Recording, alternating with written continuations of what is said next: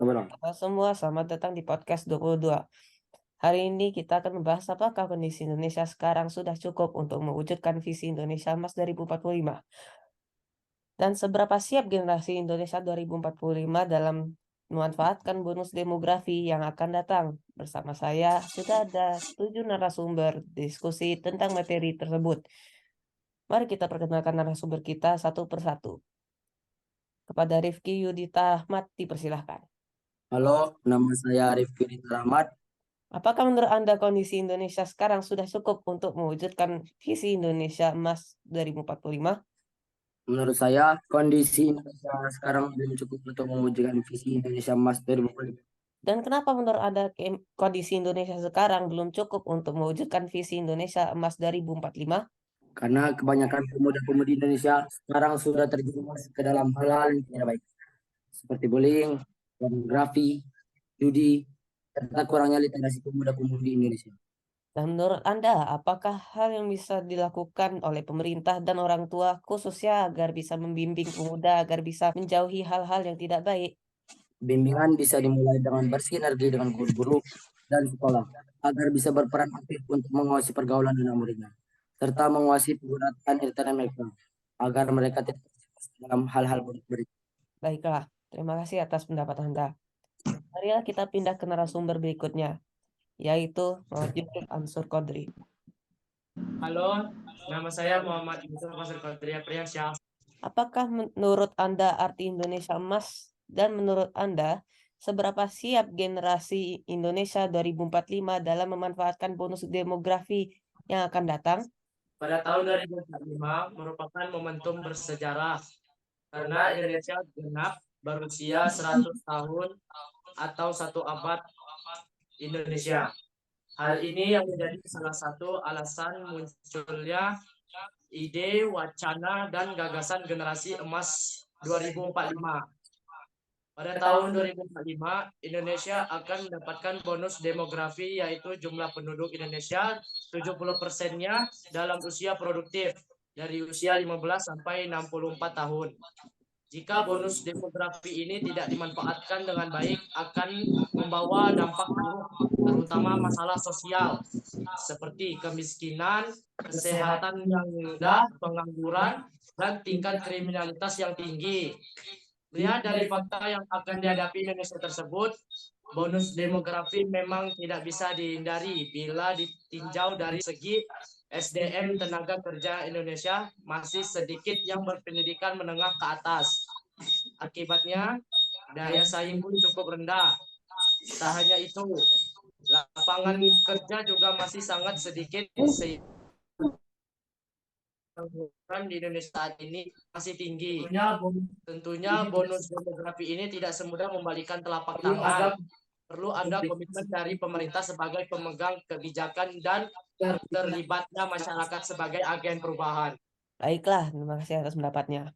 Sekarang marilah kita sambut narasumber Fiorentino Renaldi. Dipersilakan. Halo semuanya, nama saya Muhammad Fiorentino Renaldi. Bisakah Anda menjelaskan rencana-rencana pemerintah untuk Indonesia 2045? Pemerintah berkomitmen mewujudkan generasi Indonesia emas tersebut melalui 1000 hari pertama kehidupan sebagai pondasi penting dalam tumbuh kembang anak ke depannya. Perlindungan anak merupakan amanat dari negara yang tercantum di dalam Undang-Undang Nomor 17 Tahun 2016 tentang perlindungan anak serta diterbitkan Peraturan Pemerintah Nomor 78 Tahun 2021 guna menyelenggarakan pelindungan anak secara khusus. Selain itu, peran orang tua sangat penting dalam membimbing dan menjadi panutan bagi anak-anaknya sehingga mereka tidak terjerumus pada hal-hal negatif yang merugikan masa depan anak. Indeks perlindungan anak merupakan patokan dari capaian perlindungan anak di Indonesia. Indeks capaian tersebut mengalami kenaikan pada tahun 2020 sebesar 66,89 dibandingkan tahun 2018 yang hanya sebesar 67,72. Hal ini menunjukkan bahwa upaya yang dilakukan seluruh pihak, baik pemerintah pusat, daerah, dan mitra pembangunan telah berhasil memberikan dampak positif dalam perlindungan anak di Indonesia. Juga berharap semua pihak dapat bersinergi untuk membantu anak-anak Indonesia mendapatkan layanan pendidikan secara optimal demi meraih masa depan yang cerah.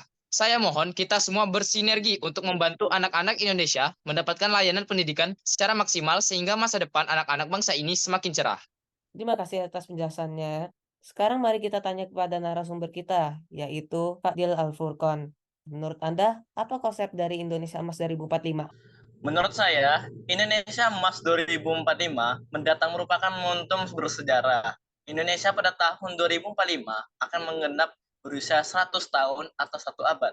Selain itu, menurut Menteri Pendayagunaan Aparatur Negara dan Reformasi Birokrasi, Indonesia akan mendapatkan bonus demografi berusaha 70%, penduduk usia produktif dan 30% sisanya usia tidak produktif. Oleh karena itu, jika bonus demografi tersebut dapat dimanfaatkan sebaik mungkin dengan cara memaksimalkan produktif generasi muda, posisi Indonesia akan semakin kuat di mata dunia. Namun jika generasi muda tidak mampu mempersiapkan diri dan tidak berdaya saing tinggi, bonus demografi justru akan menjadi bumerang bagi bangsa Indonesia.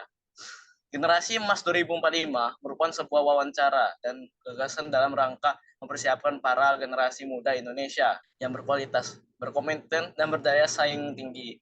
Diseminasi gagasan itu gencar dilakukan untuk menginspirasi Indonesia di generasi muda agar lebih bersemangat dan dalam belajar dan berkaya di segala bidang.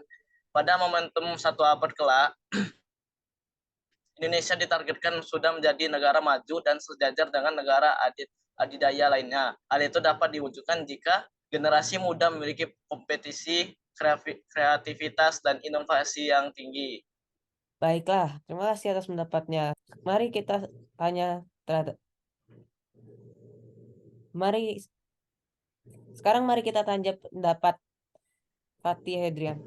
Fatih, silakan perkenalkan diri Anda.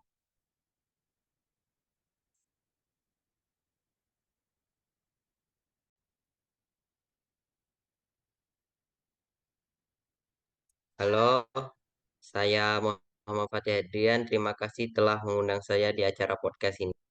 Menurut Anda, bagaimana sektor ekonomi kreatif seperti seni, musik, dan film dapat berkontribusi dalam memperkuat citra Indonesia sebagai negara emas pada tahun 2045? Menparekraf Sandiaga dalam sambutan di acara yang berlangsung di Pos Blok Jakarta Senin tanggal 37 bulan 7 tahun 2023 malam itu mengatakan rembuk nasional pelaku ekonomi kreatif nasional bukan hanya memperkuat kolaborasi para pelaku ekonomi kreatif dalam menetapkan Hari Ekonomi Kreatif Nasional (HERAFNAS), namun menjadi perayaan Hekrafnas nanti menjadi momentum perayaan ekonomi kreatif yang mampu mendorong sektor ekonomi Indonesia dengan target mencapai Indonesia Emas 2045. Ekonomi kreatif dapat dikatakan sebagai konsep ekonomi di era ekonomi yang baru, mengintensifkan informasi dan kreativitas dengan mengandalkan ide dan stock of knowledge dari sumber daya manusia sebagai faktor produksi utama dalam kegiatan ekonomi. Ekonomi kreatif dengan turunan 16 sektornya antara lain fashion, seni, kuliner, desain, produk, game online, film, animasi, dan lainnya layak menjadi pilihan strategi untuk terus ditumbuhkan kembangkan. Fenomena Gangnam Style yang mewabah menjadi sekedar contoh bagaimana kreativitas dapat menjadi mesin ekonomi baru bagi Korea Selatan. Maka menjadi tidak berlebihan bila Hawkins menyebutkan ekonomi baru telah muncul seputar ekonomi kreatif yang dikendalikan oleh hukum kekayaan intelektual seperti paten, hak cipta, merek, royalti, dan desain. Ekonomi kreatif akan menjadi lokomotif pertumbuhan ekonomi baru dunia. Baiklah, terima kasih atas partisipasi Anda. Sekarang mari kita pindah ke narasumber kita, Raffianza Alzaki. Halo, Sejauh ini mana partisipasi generasi muda dapat mempengaruhi dan membentuk arah pembangunan Indonesia hingga tahun 2045? mari kita siapkan generasi muda menyongsong Indonesia Emas 2045. Kita jaga negara ini kesatuannya, keutuhannya, dan tetap negara ini harus menjadi negara yang demokratis. Itu tugas-tugas mahasiswa. tugas generasi muda. Sebab kalian semua nanti yang akan jadi pewarisnya. Kami hanya pengantarnya. Salah satu peran nyata yang dapat diberikan oleh generasi muda dalam menyongsong Indonesia Emas 2045 adalah memberi inspirasi kepada generasi muda lainnya untuk dapat belajar dan berkarya sebaik mungkin. Selain itu juga supaya terus menjaga keutuhan bangsa ini, modal utama kita yang paling besar dalam membangun bangsa ini adalah persatuan. Persatuan Indonesia, keutuhan bangsa ini. Kalau ini sampai terkoyak, ini saya kira kita akan mengalami seperti berbagai negara lain yang kemudian rusak, hancur karena ketidakharmonisan. Pentingnya peran generasi muda dalam menjadikan Indonesia sebagai negara yang maju dan kuat di usia emas 100 tahun nanti, agar peran penting ini dapat dilaksanakan dengan baik untuk kemajuan bangsa dan negara. Terima kasih ya. Baiklah, sekarang bersama narasumber terakhir kita, yaitu Zahwa Putri. Bagaimana kesadaran akan nilai-nilai budaya dan warisan lokal dapat membantu memperkuat identitas Indonesia dalam mencapai tujuan 2045? Kearifan lokal dapat dipandang sebagai identitas bangsa, terlebih dalam konteks Indonesia yang memungkinkan kearifan lokal bertransformasi secara lintas budaya yang pada akhirnya melahirkan nilai budaya nasional. Di Indonesia, kearifan lokal adalah filosofi dan pandangan hidup yang mewujud dalam berbagai bidang kehidupan, tata nilai sosial dan ekonomi, arsitektur, kesehatan, tata lingkungan, dan sebagainya. Sekedar contoh, kearifan lokal yang bertumbuh pada keselarasan alam telah menghasilkan pendopo dalam arsitektur Jawa. Pendopo dengan konsep ruang terbuka menjamin ventilasi dan sirkulasi udara yang lancar tanpa perlu penyejuk udara. Pancasila sebagai ideologi negara pada dasarnya telah mengakomodasi kearifan lokal yang hidup di Nusantara, antara lain nilai gotong royong, sehingga salah satu nilai Pancasila adalah keadilan sosial bagi seluruh rakyat Indonesia. Undang-Undang Dasar 1945 yang dijiwai oleh Pancasila juga mengamanatkan hal yang sama, terutama dalam pasal 33. Akan tetapi, saat ini Pancasila dapat dikatakan menjadi sekadar aksesori politik belaka. Kearifan lokal yang sesungguhnya dapat dipandang sebagai identitas bangsa tidak akan bermakna apapun tanpa dukungan ideologi yang berpihak kepadanya. Dalam konstelasi global, ketika Perang Dingin telah berakhir dengan runtuhnya Uni Soviet dan negara yang masih menganut Marxisme pun telah menerapkan sistem ekonomi kapitalistik seperti Cina dan Vietnam. Tanpa ideologi yang berpihak pada kepentingan nasional, kita akan semakin kehilangan identitas dalam percaturan global dan hanya dalam arus globalisasi yang didikte oleh negara maju. Baiklah, terima kasih pada pembicara yang telah memberikan waktu dan ilmu yang berharga. Saya undur diri. Wabillahi taufiq wal hidayah. Wassalamualaikum warahmatullahi wabarakatuh.